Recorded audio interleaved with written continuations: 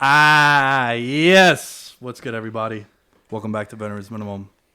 As you can see in the bio, as you can see in the title of the show, my guest today, heavily requested, much anticipated, my brother, Mostafa. What's good, baby? Yo, what's up, man? I'm happy to be back. Third time's a charm. Third time is a charm. Dude, I told you this last time. I've had a lot of big name guests on here. And I'd be lying to you if I said that anytime I get a big name on, I set the bar way too high as far as the expectation post production, putting it out there. People like authenticity, people like realness, and people like the bonds that you can't replicate with people that you don't know. Right. And you and I go way back. Way back. How back we go? Middle school. Middle school. 141, baby. Shout out to 141, man. Dude, like I said, a lot of people have been asking for you. They like these conversations. There's no plan. Guys, there's no plan. I just told Mostafa, I was like, yo, pull up. Let's record some shit. Turn the mics on, turn the cameras on, and let's just talk. I haven't seen you, by the way. I have a bone to pick with you. Last time I saw you, it was at the reunion. I remember. Okay. All right. So you're right. I forgot about that. But prior to that, last time we did the show was when Habib fought. Yeah. Came here. We watched that. I know you're not the biggest UFC guy, but Habib is one of the pioneers of bringing the Muslim culture into UFC. And you being Muslim was something that you could relate to. And I remember we watched it here. And yeah, man, I forgot about the reunion. Yep. No, I remember both of those times. We came here. Big man Tony, one of my favorite guys on the planet, cooked up some barbecue for us, and then we watched the fight, which was awesome. Yeah, damn, son, time flies, and especially with all the craziness that's been going on the last couple of months. The last 6 months have been felt like a blur. Yeah, like a blur. It all started, I think, like I saw some, I wouldn't say funny memes, but those tweets that went viral about how Kobe Bryant was the glue that kept everything together. Because if you really go back, man, it's like when that shit happened. And I got to be honest with you, and I've said this before, I was never a Kobe guy. Kobe wasn't like my favorite player, but respected greatness. Oh, for sure. Yeah, same here. Like, I wasn't necessarily... I'm not a big basketball fan. I'll just be honest. I'm terrible at basketball. I wasn't really a great... No jump shot for me. No, I'm not a basketball guy. Clearly a baseball guy. Right. However, as I started studying, like you said, respecting greatness, I started studying Kobe, and I grew a huge admiration for him post-basketball career. Just what he was doing, his creativity, his dedication, beyond just athleticism, right? I was like, wow, that's super respectful, very admirable for what he's doing, and that's when I started focusing on. And then we're at a conference in Cali. Literally, dude. I don't know about this. Yes, we're we're getting ready to host a conference in Cali. So we wake up Sunday morning. We go have breakfast with the team. We drive through some parts of LA. I forget the name of it. It was my first time there. So we go by like Nipsey Hussle's store, right? And we're taking pictures and we're checking out the murals and we're like, yo, this is awesome. All right, now the conference starts at like 12 or 1 o'clock. We're getting ready to pull up over there and we're going to start everything. Hate to cut you off. When? Well, give me a time period. Is this... This is the day Kobe passed. Oh, shit. This is literally... What the fuck? I got chills. Oh, my God. Literally the day Kobe passed, man. So we finish up these, morning little run and we're experiencing the city. And we're trying to make a trip out of the work. You know what I'm saying? Like have fun and do the work thing at the same time. So we're now driving to the event. And then Nikki's sitting in the front seat and she goes, what? Kobe died. And we're like, shut up. Like, this has got to be a joke. Yeah. And everyone's like, no, this can't be real. Everyone then just panic, starts looking at their phone, refreshing Twitter, looking online. And then the rumors, like more of these headlines start popping up, unverified. Oh, he was with all his family. And we're like, oh, my God. Yeah. Right. And we're just losing it. So we call E and we're like, yo, we think this is what happened. What are we going to do? Right? Because you're presenting in Cali just minutes or hours after this took place.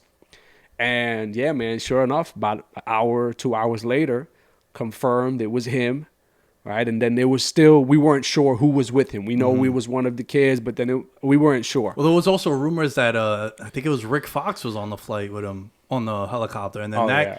kind of like Yeah. got, which was crazy because, like you said, man, so many times there's false headlines, and you don't know what to believe. Right. And then it must have been unfortunate for Rick Fox's family to be like, what the hell? I'm seeing all these things now too, and Dude. that's something you can't come back from. The one thing I thought about, honestly, was I was thinking about Kobe's wife, Vanessa, and imagine how she found out about the death of her husband and her daughter. Right. Like, I hate to go there, but you found out the same way everyone else found out. Yeah. Right? Because, and this is the part that kind of upsets me about the internet, because everyone is chasing the next headline. They want to be the first to post something or share something. You completely ignored the fact that this person has a family, a wife, children. Where's the respect? Like, hey, sorry to inform you, right? Like, think about just traditionally how that conversation is brought to a family member, and you or their family has to find out just like how we found out. Yeah. What? Like, can you imagine that? I mean, God forbid, dude. But yeah, that's immediately what I thought about. And that's kind of what had me a little upset at the internet. Like, dang, there is no filter whatsoever to know, all right, we shouldn't cross that line. I understand headlines and this, but hold on a second. Have we reached out to her? And that's just, that wasn't something that ever appeared as to what happened with that. And I'm like, that's messed up, dude. You hit the nail on the head there on that one point about there is a problem with social media. People want to be first rather than being right. And I see it on a way lesser level. You know, you're talking about a life and death situation. I'm talking about, you know, a guy gets injured or a guy gets traded. It's like, yo, Lamb, what do you think? What do you think? What's going on? It's like, yo, I've always been someone to, and I still do it, and people get tight because they want instant results. And I also realize that I don't capitalize on the opportunity to talk about X player getting traded, Y player getting hurt, this guy's holding out. It's like, yo, I'd rather try to give you an honest and fair assessment and reaction than getting it out first. Right. Because there's countless times where people just don't have any idea what they're talking about. Right. They just want to be first. They want to be down. Something is trending. You want to put your thing out there. Me, it's like, yo, let me sit back. Give me a day. And I promise you'll tell me to shut my ass up when I spew out everything I need to say. What was the vibe like in Cali when that happens? Because Kobe is, to me, he's in the Mount Rushmore of athletes who meant something to a city like no one else. Does that make sense? Yeah, absolutely. Like, when you think Lakers, you thought Kobe. And I know they've had greats. They've had Kareem. They've had Magic. They've had Shaq. Guess what? They ain't put 20 years in. No. When I think New England, I think Brady. Yep. You know what I'm saying? Like, even Peyton Manning. I think Peyton Manning, it's like, yeah, he's going to go into the Hall of Fame as a Colt, but he also did really, really well. You could argue that his apex his ceiling was the season that he threw the 50-plus touchdowns with Denver. Right. And he won MVP. So there's not many lifers in the game. Dirk Nowitzki's another guy. Tim Duncan. It's like, yo, I think Spurs, Tim Duncan. Come on, I'm waiting for you to mention Jeter. I'm on the edge of my seat. Like, come on, dude. I'm trying to avoid the Jeter talk. You know what I'm saying? But yeah, you're right. Jeter's in that too, Right. and especially for our generation. I think the players that I mentioned were Jeter, Duncan, Kobe, and Brady. Because Right. at the time when all this was happening, Brady was still on the Patriots. Absolutely. Yep. Yep. So what was the vibe like in Cali when this happened? You can literally sense the shock. Everyone was just in total shock. The audience was shocked. Just driving around the city, there was just like a still air, right? Like, it was just weird. Like, I even flew out that night, flew back to New York, and it was a weird vibe, right? It was just a total shock. No one really knew how to respond. And again, a lot of that information was still incomplete, right? We didn't know what happened or who was on. I don't know. I can't remember if it was revealed at that time that only his daughter was with him and they were on their way and all that stuff. So definitely that shock, though, man. It was just a weird time for sure. So we ended up avoiding the context. Like, and I love what you said, because it's like you can leverage that opportunity and be like, yo, I had a conference today of Kobe's death and we spoke on XYZ, and you can try and use that for leverage. But it was just like, it was a time that we totally avoided the conversation. And we addressed it, like, of course, from a respect standpoint, but not went deep and tried to establish and build content around it. It was just touched on briefly, like, yo, this is the importance why we need to value our time here and now. Well, that's because you have feelings and you care and you're not a dick. Right. That's why you didn't make it about yourself. And, you know, one thing that I don't know what it is about you, you fuck. You always bring out like the most honesty out of me. Let's go. And that's why I love these conversations that we have. I reached out to my friend Hannah. Hannah and I work for Chat Sports. Shout out to Hannah. I've had her on the show before. She's a Laker girl over there. Chat Sports is a platform that everyone is assigned to one particular team. For the most part, the really cool thing about it is, you know, I do the Knicks and the Giants, two of my favorite teams. She does the Lakers. And I reached out to her and I was like, yo, I want to get you on the show. I release Monday and Thursday. I was like, I would love to record with you to, you know, talk about what it meant for Kobe. Yo, the moment I pressed send, I was like, damn, son. So petty of me. Right. So, like, so whack.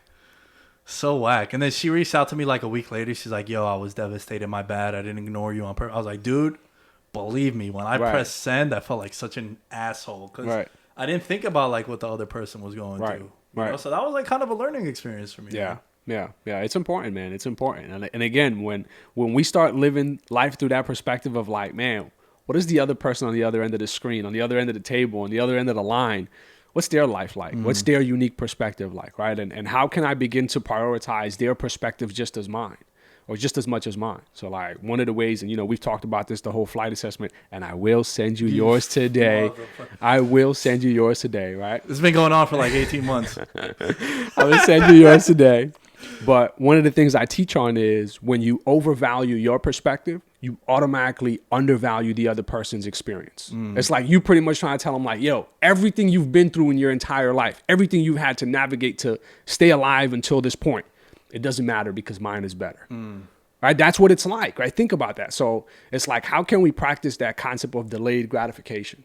Right? Like stop trying to be, are you just that desperate for attention and energy that you got to be, but look at me, like, come on, I want to be, just chill out for a moment, right? Yeah. Prioritize other people, man. And that is eventually who end up winning in the long run, right? Like that consistency for the long haul, it's usually the people who have put in work day in and day out. Kobe Bryant isn't Kobe Bryant because he had one great game, because he put up 80 points one game and retired. Yeah. No, we think of Kobe Bryant 20 years. Sustained excellence. 5 rings. Right, like 14-time NBA All-Star and just a crazy long resume, right? That's what we appreciate about the greats. It's that they have that consistency. So I think it's that same concept that we need to bring to just how we go about doing life, man. Tell the people a little bit about this flight assessment. Tell the people also, because, you know, the show it's at a very nice place. I'm not content, but I'm very happy with how the show has been. You know, I'm coming up on a year now where it's been me flying solo with all the change of the show. And I'm not going to lie to you, man. Initially, it was sort of a roller coaster, but it was more Nitro. Like, you ever been on Nitro in Six Flags? I love Nitro. For those of you that don't know what we're talking about, it's like a uphill 100 feet. I think you're selling it short 100 feet, but it's a gigantic drop. And from a listens and downloads perspective, that shit like plummeted initially. And it wasn't until... Man, information changes the narrative, and I strongly believe that. It wasn't until one of my favorite podcasts had a turnover very similar, where it was a 3-man panel, it became 2, but my personal favorite left. I stopped listening. Wow. With no disrespect to the other 2 guys, because I still follow them, I still love their work.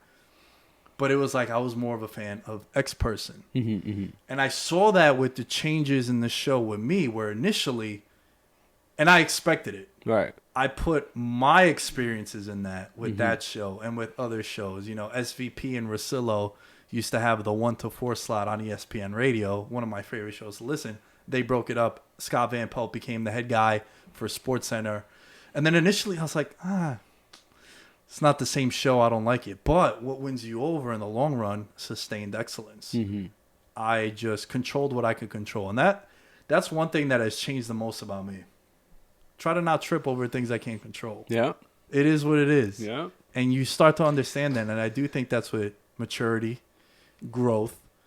And initially there was a decline. But again, sustained excellence. This has been going on for coming up on 5 years now that I've been doing this show, and it just started to pick up again. And I really believe it's all about weathering that initial storm. That storm might have been a couple days, might have been a couple years. Luckily for me, it was a couple of months. Right. And it's been on a steady incline since. So I know I kind of went off a little bit on a tangent there, but why I even brought all that is because some people might not know who you are outside of just a good ass friend of mine. Right. What is it that you do? What's this flight assessment shit which you promised me 18 fucking months ago that you were going to send? You piece of trash. Man, so I guess a entrepreneur by trade, right? Business consultant. And Does that upset you? What's that? Like the entrepreneur thing? Is there a kind of, do you get, when you get feedback from people, they're like, oh, entrepreneur. Has that changed a little bit? Yeah, so I've actually started to embrace what I am, because for a long time I hated titles. Same. And I don't use the word hate, like I'm very against that word because it's a super extreme, but I truly hated titles. Like I came across a meme one time that said, people ask you what you do to figure out how much respect to give you. And I was like, dude, I cannot stand titles. Like that is goosebumps. I'm telling you, man. That's it's so like, true. What about me as a person, right? And I don't know. I'm not passive by any means. Like, don't get it twisted. But for me, I really care about the human element. I care about people for their individuality, right? Who they are as a person, not what they have, not how talented they are, not what I can get from them or by being around them. I don't care for any of those things. I care for meaningful relationships, thought-provoking conversation. So titles for me, I couldn't stand because it would make something very shallow, right? Like a unique exchange, it would automatically turn super shallow because now we're thinking about, oh, you're in business. How can we collaborate together? And I'm Take advantage of them. Yeah, it's like, yo, I get it. We're all trying to win and succeed and call it whatever you want, but let's just build a mutual relationship first and then see if there are other opportunities that can come about it naturally that we're like, yo, man, you're into this space. Like, me too. Like, you know what? And it just happens naturally. And those tend to be some of the greatest ideas. So before I go off on a tangent as well, I couldn't stand titles. But as I started to look inward for who I am, and I wasn't allowing the world to give me definitions that I need to kind of start to wear to fit in, I embraced that title of an entrepreneur. I worked with, similar to your experience, my father's business since I was 7 years old. I started my own business, my first real business at how old was I? Hold on. I was... we were in high school. I was in high school, exactly. I remember that. Yeah. Started my first real business on my own, and that's when I did, some work with Eric Thomas. It was my own real business, and I carried that project. So then I started looking at my history, and I'm like, man, like, you've done it. You started another business in the hospitality industry. You started another kind of like boutique consulting firm that does the work. And I'm like, all right, I'm an entrepreneur. By trade, what I do, I can just describe it as an entrepreneur. So that's how I come across that title. So to be honest with you, yes, it used to piss me off. And there's the short answer to a very, or a long answer to a short question. I love it. It used to bother me, but now I'm just like, no, it's who I am, because that definition came inward, not from what the world told me I need to be so that I can fit in and be accepted by you. I like it because I do feel as if it kind of puts on a cap on your ceiling too. Mm-hmm.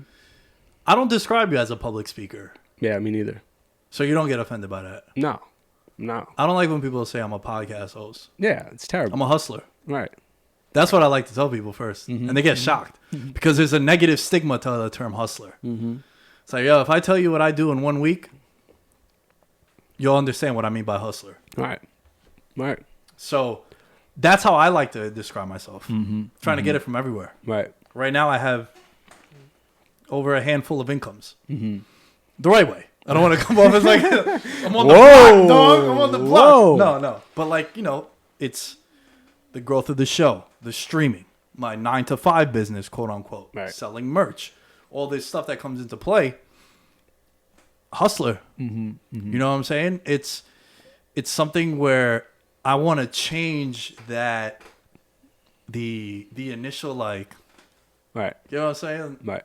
that initial like hesitation when you tell someone. Yeah. And then I go into detail, right? And I kind of say the same thing as you: entrepreneur, content creator, host, broadcaster, a little bit of everything. Jack of all trades. Swiss Army knife, as they say. Hey. Tell us about this flight assessment thing. What is that about?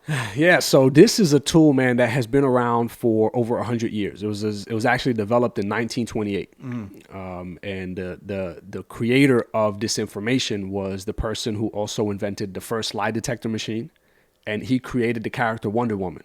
Oh shit! Yeah, so my man was just absolutely fascinated with human behavior, and similar to what I just described, he wanted to know what made people them, based on how they're wired, and less about their desire to fit into the world. So in today's society, you think about people and what happens with people of our generation, right? Millennials or whatnot, they kind of have this midlife crisis before they reach the age of 50. It's like at 25, everyone's like, whoa, hold on a second. I have no idea who I am. I grew up around a bunch of friends, social media era. I tried to do this persona or live this life that may have even got me results. It may have got me success. I may have even made a lot of money, but I've hit a pinnacle point in my life where I'm not happy. And you start to realize that money without happiness is absolute crap. It means nothing. So what's the best way to sustain? And we go back to that concept of consistency for greatness. You have to start from the inside out. So the flight assessment is simply a tool. It's an online survey or questionnaire that you fill out. And it gives you a report that helps you to begin to self-reflect and become more self-aware of your behavioral tendencies in terms of how you like to act or how you often communicate. With that information now, you're able to strategically position yourself in areas that are leaning more on your talents and what you're good at instead of your non-talents. Because you think about what we're taught in school. You got to focus more on the things you don't do well. You suck at math? Go get math tutoring. Work on your weaknesses, right? That's something we're always taught. As opposed to if I'm a genius in chemistry. Double down on chemistry, my dude. Spoiler, not a genius at chemistry. Well, right, yep. Double down, yeah. That's the concept. So we've been taught life backwards. Like, I understand for school it was applicable, but we didn't learn anything new in the real world. So hence we go about life the same exact way. We're not really thinking about our thinking, right? So now you get this new increased conscious knowledge about how you are. I'm now able strategically to put myself in positions where you're relying on the things I'm good at. I'm not trying to be what I see to be success. So for example, I work very closely with ET. In the beginning, when I first started this public speaking realm or just the work that I was doing, I thought that for me to be successful, I had to be ET 2.0 and failed miserably. Why? I'm not that loud. Like, E's gift is in his voice. People who have never sat next to him, you don't understand the power, the sound in his voice. Like, the room trembles. The man cannot whisper. He has a very powerful voice. That's what ignites energy in people. So if you think that you're just going to yell and be effective, it doesn't hit. So I started taking this information. I'm like, I don't have to be loud. As a matter of fact, my superpower is in being authentically me. It's about being that strategic thinker that I am, the person who knows how to negotiate and create win-win solutions for multiple parties who are involved. I know how to dissolve crises before they go out and get, too far out of pocket. So I started utilizing that skill set to help me build my business success, as opposed to, again, try and manipulate or recreate what I see others doing and wonder why I'm not further ahead. So that's really what it is, man. It's about digging inward to find out who you are and letting go of these labels that you feel you need to be or carry so that you can be accepted or quote unquote successful. Why do you think it's taken so long for people to discover that issue of not doubling down on the things you're good at and working on the things that you're bad at? Yeah, instant gratification and distraction. Those are the immediate answers. Have you been asked this question before? I haven't. Oh, because you answered that really quickly. That was pretty fire. Yeah, I was ready, man. No, but it's a true core concept of what we teach, man. Oftentimes you think about why people, every single year, you hear people talk about, man, this is my year. I'm going to kill it this year. I'm going to lose weight. I'm going to get in shape. I'm going to do this. I'm going to start that business, right? And then a couple months come by and then you start to see him falling back into old habits. Like, man, what happened? Well, it's easier for me to eat the donut than the salad. Why? The donut satisfies me right now. It feels good now. The salad, I don't really see results until 90 days later.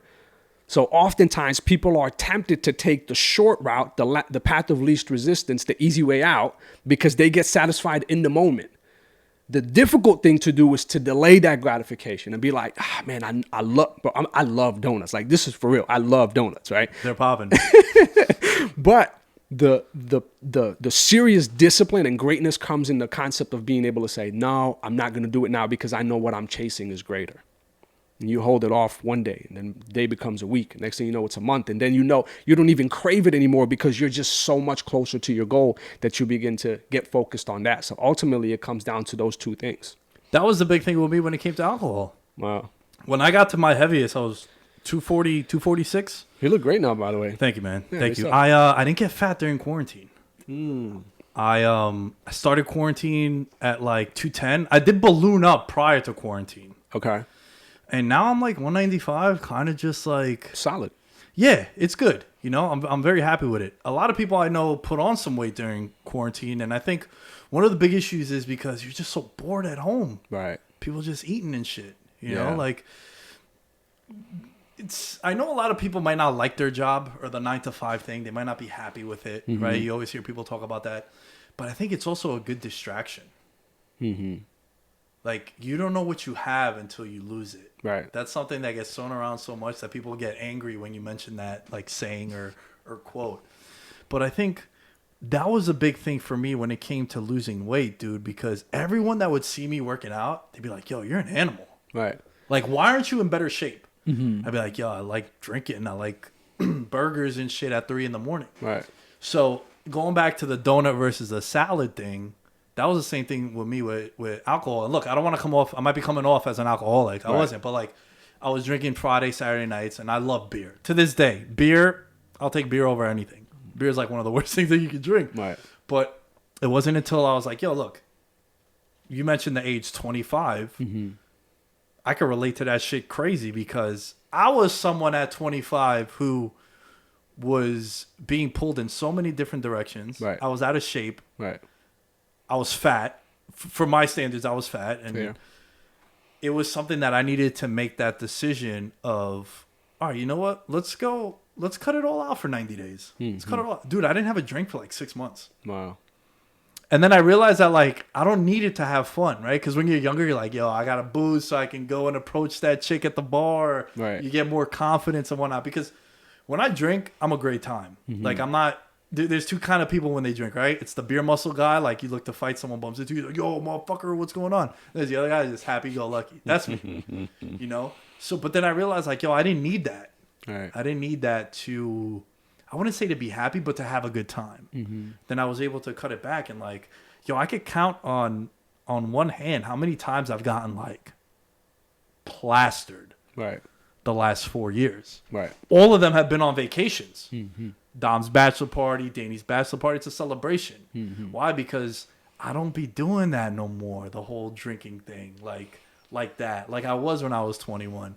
Most of it, bro, to be honest with you, is because I'm still not where I want to be physically. Right.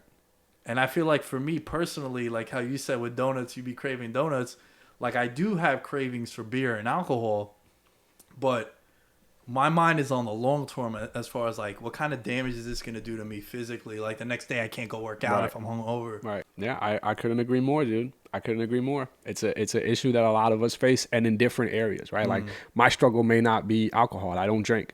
But, you know, the temptation is elsewhere. So it's not to make somebody feel like, oh, you're terrible. You're broken, right? Like you got to be perfect to succeed. That's not at all the conversation.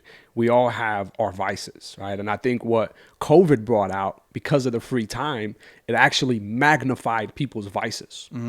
Because you had more time to spend with yourself. Those who couldn't sit at home in the peace of their own presence, it really it should have revealed a lot of things to people. It should have woke you up to some things like, wow, something is not okay with me. Like the fact that I can't sit in my own presence, I get it. Like after a while, it became difficult for anybody. I don't care who you are. Right. 2 months in isolation is difficult. Like that's damn near jail, right? Yeah. Seriously. That was the analogy that I would make there. Right. But in the beginning, a lot of people were taking some tremendous advantage of the opportunity. Why? Because they were healthy from within. So that's why for me, the approach to life, it's inside out, man. Like I've been blessed and super grateful. I've made more money than I can ever imagine, right? Like beyond belief. You trying to buy some more gear, dog? There's some gear. I mean, I'm representing right now. Representing. Yo, you showed up with the shirt on. I came with the shirt. I came ready. I love it. But I realized that, dude, it doesn't matter. I know it sounds so weird. Like, understand, man, I don't come from money, and you know this, right? My family struggled quite a bit. I lost my father as a freshman in high school, and my upbringing was not the prettiest. We really had to pinch together pennies. Like, I remember there was a time our senior trip, dude. Remember you had to lend me money to go on the trip? I do. That's some humbling stuff. I couldn't have you come to that without. That's the kind of person I am too. You see what I'm saying? I've always been this guy. I've always been this caring and thought-provoking. Right.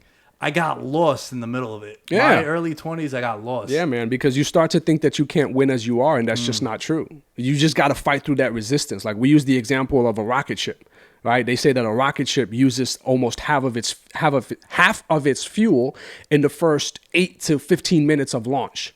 Why? Because it has to build momentum to break through just the resistance of Earth. Once it's out there, into orbit, it spends the rest of its time, couple days in orbit with the remaining fuel. So you mean to tell me it uses 50% of its fuel in the first 8 to 10 minutes so it can break through resistance and gain some momentum, and then it can kind of float in space once it breaks through the resistance. And I think that's what it is. With a lot of us, we kind of came up and thought that, man, I can't win with this, caring, someone who is empathetic or sympathetic, and I understand other people's perspective. I care about, you having a good time, and I don't want to have a good time or I'm not successful as long as, you're struggling. That doesn't make sense.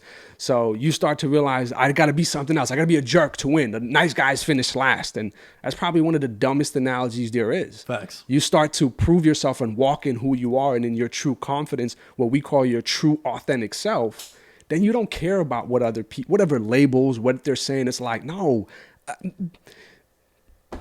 I could go. I'm so passionate about this topic. I could go on for it forever, man. But it's like one of my mentors tells me that the stronger a man is, the more gentle he can afford to be. So you as a male, you think that you got to be this rah-rah guy. And it's like, that's actually quite the opposite. When you're a true man, you don't mind, again, putting other people's preferences or priorities ahead of yours because you want to make sure you navigate the storm. So during that time, for me, again, struggling financially with my mom and my family. And I remember, like I said, leaning on you to lend me money to go to senior trip. And I didn't even ask. Like, that's how we all have grown and developed. I didn't ask. And you was like, dude, like, you have to come, like, whatever the case may be. And then we ended up going, of course, had a great time. But all of that to say that I didn't come from money. So it's not like I'm talking about money like, oh, money doesn't mean anything because I've always been super wealthy. No. But I just learned the hard way that finances don't mean nothing if you're not healthy from within.